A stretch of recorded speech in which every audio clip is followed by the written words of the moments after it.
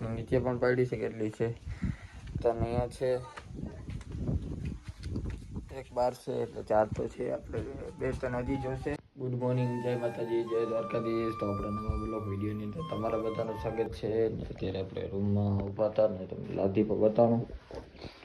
આપણી લાદી છે નીચે સાઈડની છે, ઉપર તો આવી ગઈ છે લાદી. કેવી છે કોમેન્ટ કરજો જરી. આ લાદી આપણે બતાવીએ તમને.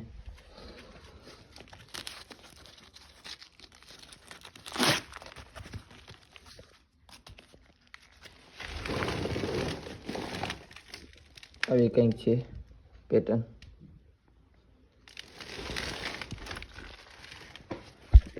તો મિત્રો હવે આપણે રોજ વ્લોગ આવવાના છે દરરોજ, તો ફૂલ સપોર્ટ કરજો.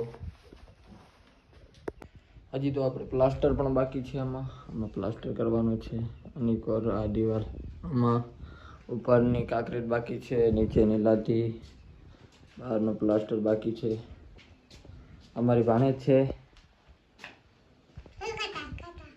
હાઈ કહી દે, અહીં કહી દે હાય.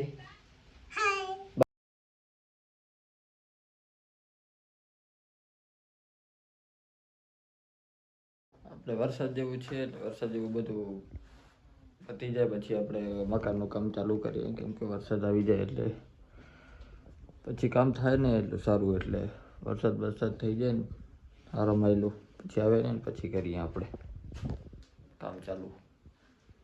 આની પર આપણે ખડ કાઢવાનું પણ ચાલુ છે. આની પર હજી બાકી છે. એક દી પછી તો આપણે ટ્રેક્ટર હાલે. બાકી અત્યારે ટ્રેક્ટર હાલે એમ છે જ નહીં. સાથે ટ્રેક્ટર હાલે જ નહીં. ગારો પડ્યો છે હજી તો. આમાં તો નથી, આમાં તો હાલે ટ્રેક્ટર એમ. બાકી બધી બાજુ આપણે ટ્રેક્ટર હાલે જ નહીં, ગારો પડ્યો છે. આપણે ફાઇનલી આપણે ગાય બંધાઈ ગઈ છે ને હવે આપણે કામ થઈ ગયું છે. હવે સવારમાં કામ કરવાનું છે, પછી બીજા બ્લોકમાં આવી જશે. એટલે આ બ્લોક અહીંયા જ પૂરો કરીએ છીએ. કેવું લાગ્યું, સારા માયલું લાગ્યું હશે તો લાઈક, શેર અને સબસ્ક્રાઈબ કરવાનું ભૂલતા નહીં. બધું કામ કમ્પ્લીટ થઈ જાય એટલે જો કટિંગ બટિંગમાં હવે બે ચાર તો જોશે જ હવે તો લેવા જવાની છે. તો અત્યારે તો ગારો પડ્યો છે. કંઈક સારો રસ્તો થાય પછી આપણે જઈએ મીઠાપુર અને વસ્તુ લઈ આવીએ મકાનની.